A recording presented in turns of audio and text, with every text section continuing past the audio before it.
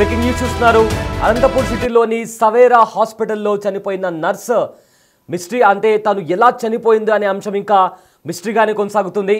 అయితే తన కూతురుతో మాట్లాడిన తర్వాత 10 గంటల తర్వాత మాట్లాడిన తర్వాత 1 o'clockకి హాస్పిటల్ నుంచి తల్లికి ఫోన్ వెళ్తుంది. మీ అమ్మాయికి ఆరోగ్యం బాగాలేదు, వెంటనే హాస్పిటల్కి రమ్మని చెప్పి కూడా హాస్పిటల్ మేనేజ్మెంట్ దివ్యశ్రీ తల్లిని హాస్పిటల్ దగ్గర పిలిపిస్తారు. అయితే దివ్యశ్రీ తల్లి అక్కడికి వెళ్ళి చూస్తే తన కూతురు శవమై అక్కడ హాస్పిటల్ బెడ్ పైన కనిపిస్తుంది. సో ఆ తర్వాత ఆ తల్లి ఎంత అడిగినా కూడా, కాళ్ళు పట్టుకొని బ్రతిమాలినా కూడా ఎవరు కూడా సరిగ్గా రెస్పాన్స్ ఇవ్వని పరిస్థితి. సో దీంతో దివ్యశ్రీ ఎలా చనిపోయింది అనే అనుమానం అందరిలో వస్తుంది. అనంతపురం సిటీలో మిస్టరీగా మారిన నర్స్ దివ్యశ్రీ మృతి వెనుక ఏంటి, ఎవరు ఎలా చనిపోయింది, దీనికి సంబంధించి కూడా ఎవరు కూడా ఇంతవరకు ఆన్సర్ ఇవ్వట్లేదంటూ కూడా దివ్యశ్రీ తల్లిదండ్రులు కూడా ఆవేదన వ్యక్తపరుస్తున్నారు. అయితే దివ్యశ్రీ మృతిపై ఇంకా అనుమానాలు కొనసాగుతున్నాయి. సవేరా హాస్పిటల్లో దివ్యశ్రీ అనే ఒక నర్స్ అనుమానాస్పద స్థితిలో చనిపోయింది. అయితే పోస్ట్ మార్టం పూర్తయినా కూడా ఇంకా ఎలా చనిపోయిందో అనే దానికి సంబంధించి కూడా ఇంకా ఎలాంటి క్లారిటీ రాలేదు. అయితే యాజమాన్యం వేధింపులే కారణమంటున్నారు నర్స్ పేరెంట్స్. గుండెపోటు వల్ల చనిపోయిందంటూ కూడా హాస్పిటల్ వర్గాలు చెబుతున్నాయి.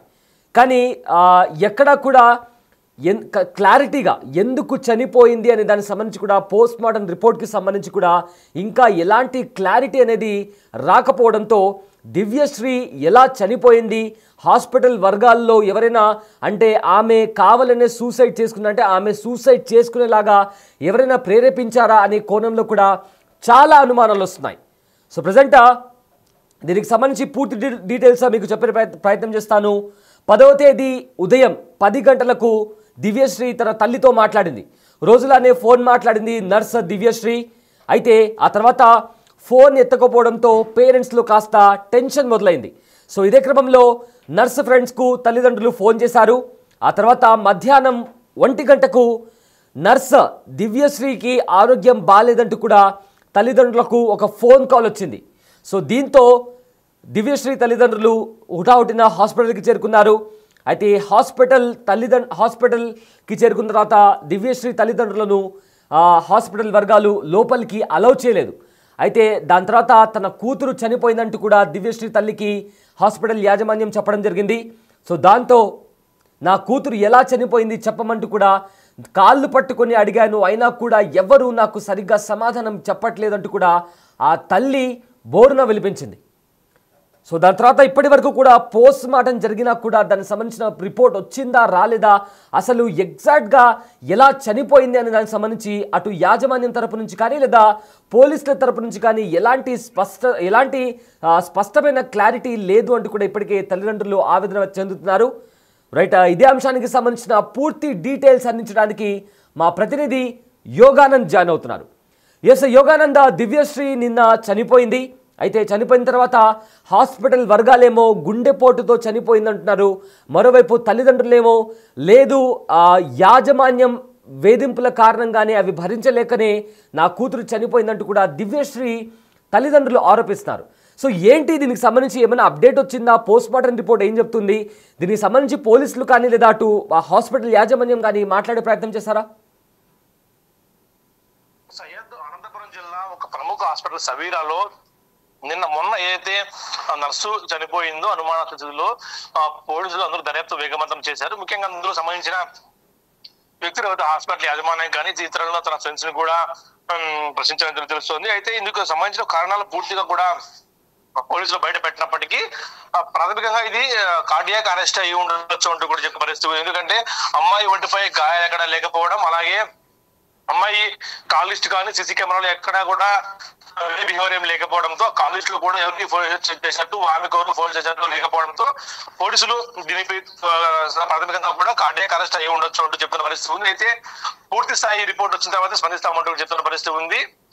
ఎవరైతే నిన్న పోలీసులు కేసు నమోదు చేసుకుని దర్యాప్తు చేస్తూ ఉన్నారో, కంప్లైంట్ తల్లి ఇచ్చిన ఆధారంగా అనుమానాస్పద కేసు సరిపోయింది కాబట్టి దాని కింద కేసు నమోదు చేసుకున్నారు. ఇప్పటికే ఏదైతే పోస్ట్ మార్టం కూడా పూర్తవడంతో బంధువులు కూడా అంత్యక్రియలు నిర్వహించారు. మరోవైపు పోస్ట్ మార్టం రిపోర్ట్ మరో 2-3 రోజులు వచ్చే అవకాశం ఉండటంతో ఆ రిపోర్ట్ వచ్చిన తర్వాతే పూర్తిగా స్పందిస్తామంటూ చెప్తున్న పరిస్థితి ఉంది. సయ్యద్, ఏదైతే యోగానంద గతంలో కూడా ఇదే హాస్పిటల్లో ఒక ఆల్రెడీ సేమ్ నర్స్ కూడా చనిపోయినట్లు కూడా కొన్ని వార్తలు బయటకు వస్తున్నాయి. సో ఈవిడ ఏవైతే దివ్యశ్రీ చనిపోయారో రెండవ నర్సు ఇలా చనిపోవడం అదే హాస్పిటల్లో అంటూ కూడా కొన్ని రిపోర్ట్స్ వస్తున్నాయి. అయితే దానికి సంబంధించి కూడా అంటే ఇంతవరకు యాజమాన్యం అంటే హాస్పిటల్ తరపు నుంచి ఏమన్నా వాళ్ళు స్పందించే ప్రయత్నం చేశారా? స్పందించినప్పటికీ పోలీసులతో తరచుగా టచ్ లో తెలుస్తుంది. పోలీసులు ఎంక్వైరీ కూడా ఆ దిశగా వేగవంతం చేశారు. ముఖ్యంగా సీసీ కెమెరాలు హాస్పిటల్లో కానీ హాస్టల్లో కూడా సీసీ కెమెరాలు పూర్తిగా పరిశీలించాలని తెలుస్తుంది. ఉదయం 10 గంటల వరకు ఫోన్ మాట్లాడిన తల్లిదండ్రులతో చెప్తున్న పరిస్థితి ఉంది. ఉదయం 10 గంటల తర్వాత ఏం జరిగింది అని కూడా పోలీసులు వెరిఫై చేస్తూ ఉన్నారు. ముఖ్యంగా హాస్టల్కి వేరే వ్యక్తి ఎవరైనా వచ్చారా లేదంటే అక్కడే ఏమైనా జరిగిందా అది కూడా పోలీసులు దర్యాప్తు చేస్తూ ఉన్నారు. ముఖ్యంగా సీసీ కెమెరాలో కూడా ఎటువంటి అనుమానాస్పదంగా ఏమీ లభ్యం కాకపోవడంతో 10 గంటల నుంచి ఏం జరిగింది కేవలం 1 గంట లోపే అంటే 10 గంటలకి మన బంధువులు ఫోన్ చేస్తే లిఫ్ట్ చేయకపోవడంతో అనుమానం వచ్చింది. వేరే వ్యక్తులకు ఏదైతే అమ్మాయి ఫ్రెండ్స్ కూడా ఫోన్ చేశారు. వాళ్ళకు వచ్చి స్పందించలోపి అచేతనంగా పడి ఉంది అంటూ కూడా మనకు తెలుస్తోంది. సుమారుగా 10 నిమిషాలు లేపినప్పటికీ లేవకపోవడం, అమ్మాయి మొహం మీద వాటర్ కొట్టినప్పటికీ ఎలాంటి ఫలితం లేకపోవడంతో హాస్పిటల్ తరలించారు. హాస్పిటల్ సిపిఆర్ కూడా చేసేట్టు మనకు తెలుస్తోంది. హాస్పిటల్ సిపిఆర్ చేసిన క్రమంలో అమ్మాయి ముక్కులో నుంచి బ్లడ్ కూడా వచ్చేట్టు మనకు తెలుస్తుంది. ఈ అమ్మాయి ముక్కులో నుంచి బ్లడ్ వచ్చిన దాన్ని బట్టి పేరెంట్స్ కూడా ఆందోళన వ్యక్తం చేస్తూ ఉన్నారు. మా అమ్మాయికి ఏమో జరిగింది, లేకుంటే ముక్కులో బ్లడ్ ఎందుకు వస్తున్నట్టు కూడా అనుమానం వ్యక్తం చేస్తూ ఉన్నారు. పూర్తి స్థాయిలో దర్యాప్తు జరపండి, ఇలా మాకు జరిగినట్టు మరెవరికి జరగకూడదు అంటూ కూడా వారు పోలీసు శాఖని కూడా కోరుతున్నారు. పోలీసులు కూడా వేగంగా దర్యాప్తు కూడా మొదలు పెట్టారు. కేవలం పోస్ట్ మార్టం రిపోర్ట్ కోసం మాత్రం వేచి ఉన్నారు. పోస్ట్ మార్టం రిపోర్ట్ లో అనుమానాస్పదంగా ఏమైనా వస్తే మాత్రం ఖచ్చితంగా హాస్పిటల్ యాజమాన్యాన్ని కూడా అదుపులో తీసుకునేది కూడా వేచి ఉన్నారు. Syed. Yes, thanks for the update, Yoganand. Yes, Anantapuram జిల్లా సవేరా హాస్పిటల్లో దివ్యశ్రీ నర్స్ సస్పీషియస్గా చనిపోయినట్టు తెలుస్తోంది. అయితే దివ్యశ్రీ నిన్న ఉదయం 10 గంటలకు తన తల్లితో మాట్లాడిన తర్వాత రోజులానే తన తల్లితో మాట్లాడింది. ఆ తర్వాత ఎగ్జాక్ట్గా 1 గంట ఆ టైంలో హాస్పిటల్ నుంచి దివ్యశ్రీ తల్లికి ఫోన్ కాల్ వెళ్తే అక్కడ మీరు తొందరగా హాస్పిటల్కి రండి, మీ కూతురికి హెల్త్ బాగాలేదు, వెంటనే హాస్పిటల్కి రమ్మంటూ కూడా కాల్ చేయడంతో దివ్యశ్రీ తల్లి అక్కడికి వెళ్ళిన తర్వాత ముందుగా దివ్యశ్రీ తల్లిని అలౌ చేయలేదు లోపలికి. ఇదంతా దివ్యశ్రీ తల్లి ఇచ్చిన సమాచారం మేరకు దివ్యశ్రీ తల్లిని లోపలికి అలౌ చేయలేదు. ఆ తర్వాత చాలాసేపటి తర్వాత దివ్యశ్రీ తల్లిని లోపలికి అలౌ చేసిన తర్వాత అక్కడ విగత జీవిగా తన కూతురు చనిపోయిన స్థితిలో ఆమె చూసినప్పుడు కూడా అక్కడ ఏమైంది అని చెప్పి అందరినీ అడిగింది. కానీ అక్కడ చాలామంది నర్సెస్ ఉన్నారు, డాక్టర్స్ ఉన్నారు, ప్రతి ఒక్కరిని కాళ్ళు పట్టుకొని అడిగాను, మీకు కూడా పిల్లలు ఉంటారు కదా, ఒకవేళ మీకే ఇలా జరిగితే ఎలా ఉంటుంది చెప్పండి అంటూ కూడా బ్రతిమాలను. అయినా కూడా ఎవరు కూడా స్పందించలేదు అని కూడా ఆ తల్లి రోధించింది. ఆ తర్వాత చాలాసేపు వరకు కూడా మళ్ళీ అలౌ చేయలేదు లోపలికి. సో దాని తర్వాత పోస్ట్ మార్టం నిర్వహించారు. తల్లి రాకముందే పోస్ట్ మార్టం నిర్వహించారంటూ కూడా ఒక సమాచారం బయటకు వస్తుంది. అయితే గతంలో కూడా 2023లో కూడా సేమ్ ఇలానే మరొక నర్స్ పద్మ 23 ఏళ్ల పద్మ నర్స్ కూడా చనిపోయినట్టు కూడా ఒక సమాచారం బయటకు వస్తుంది. 2023 అంటే 2 సంవత్సరాల క్రితం కూడా ఇదే రకంగా సస్పీషియస్గా మరో మహిళ కూడా నర్స్ చనిపోయినట్టు కూడా సమాచారం వస్తుంది. అయితే ఈ సవేరా హాస్పిటల్లో ఇలా అంటే 2 ఏళ్ల క్రితం ఉదయం 2 గంటల టైంలో ఇదే సవేరా హాస్పిటల్లో మరొక నర్సు కూడా చనిపోయిందని అప్పట్లో వార్తలు వచ్చాయి. అయితే 2 ఏళ్ల తర్వాత దివ్యశ్రీ కూడా సేమ్ ఇలానే చనిపోయింది. అప్పుడు పద్మ చనిపోయినప్పుడు కూడా మేనేజ్మెంట్ వేధింపుల కారణంగానే అంటే యాజమాన్యం వేధింపుల కారణంగానే పద్మ కూడా చనిపోయిందనే ఆరోపణలు వచ్చాయి. మరొకసారి దివ్యశ్రీ చనిపోయిన తర్వాత కూడా కేవలం యాజమాన్యం గురి చేసే వేధింపుల కారణంగానే దివ్యశ్రీ కూడా చనిపోయిందనే ఆరోపణలు వస్తున్నాయి.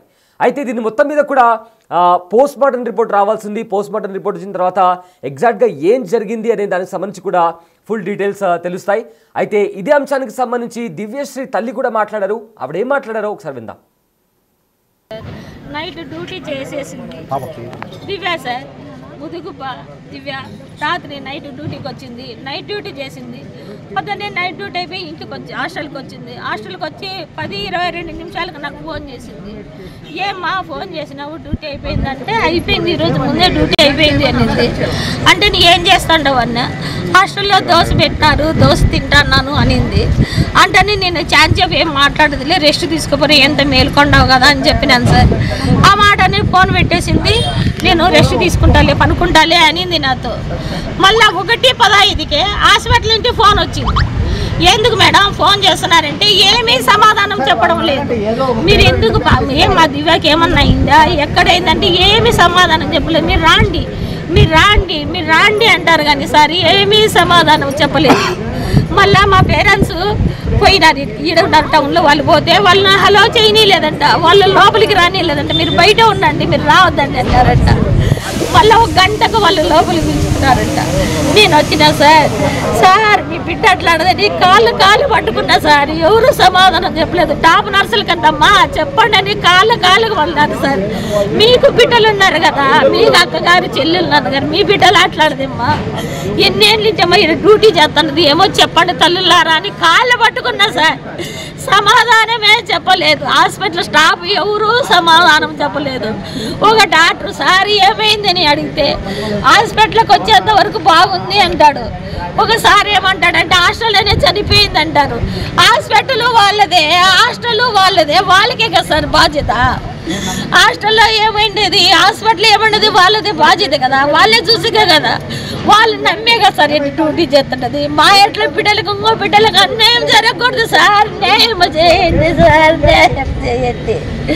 10:30కు మాట్లాడినది 1 గంటకి ఎట్లా శవం అవుతుందో చెప్పండి సార్ మీరేను. మీకు బిడ్డలు ఉన్నారు కదా, మీకు చెల్లెళ్ళు అక్కగారు ఉన్నారు కదా, మా బిడ్డను మాకు ఎట్లా సార్ తెచ్చిచ్చేది? ఏం హాస్పిటల్ సార్ ఇది, అన్యాయం చేసేసినారు సార్. 10:30కు మాట్లాడేది 1 గంటకే శవం అయిపోయిందంటే ఏమి సమాధానం చెప్పలేదు సార్. దాంట్లో నా డ్రెస్ ఫస్ట్ పొద్దున్నే ఒక డ్రెస్ వేసుకుంది, అది మార్చేసినారు, కోసేసినారు. మళ్ళా ఒక నైట్ వేసినారు, అది తీసేసినారు. మేము వచ్చేళ్ళకి బాగా మేకప్ చేసి పండబెట్టారు సార్. మా పేరెంట్స్ వస్తే ఎందుకు లోపలికి రానిలేదు? మీరు తప్పు చేసిండే బట్టే కదా లోపలికి రాని ఉంది. ఇప్పుడే నాకు బాగలేదు, పేరెంట్స్ వచ్చినారు, పోండి మా లోపలికి చూడాలన్న కదా సార్. మీరు 1 గంట కూర్చోండి, మళ్ళీ పిలుస్తామంటారంట సార్. 1 గంట మానకపోతే శవం అయిపోయింది సార్, శవం అయిపోయింది. ఏం చేసేసినారు. హాస్పిటల్ సమాధానమే చెప్పలేదు సార్, బయటికే పొక్కిడ్చలేదు. మీ చేత ఏమైతే అది చేసుకోకండి అంటున్నారు సార్. వాళ్ళు ఏమీ సమాధానం చెప్పలేదు సార్. మేము బీదోళ్ళం ఏం చేద్దాము?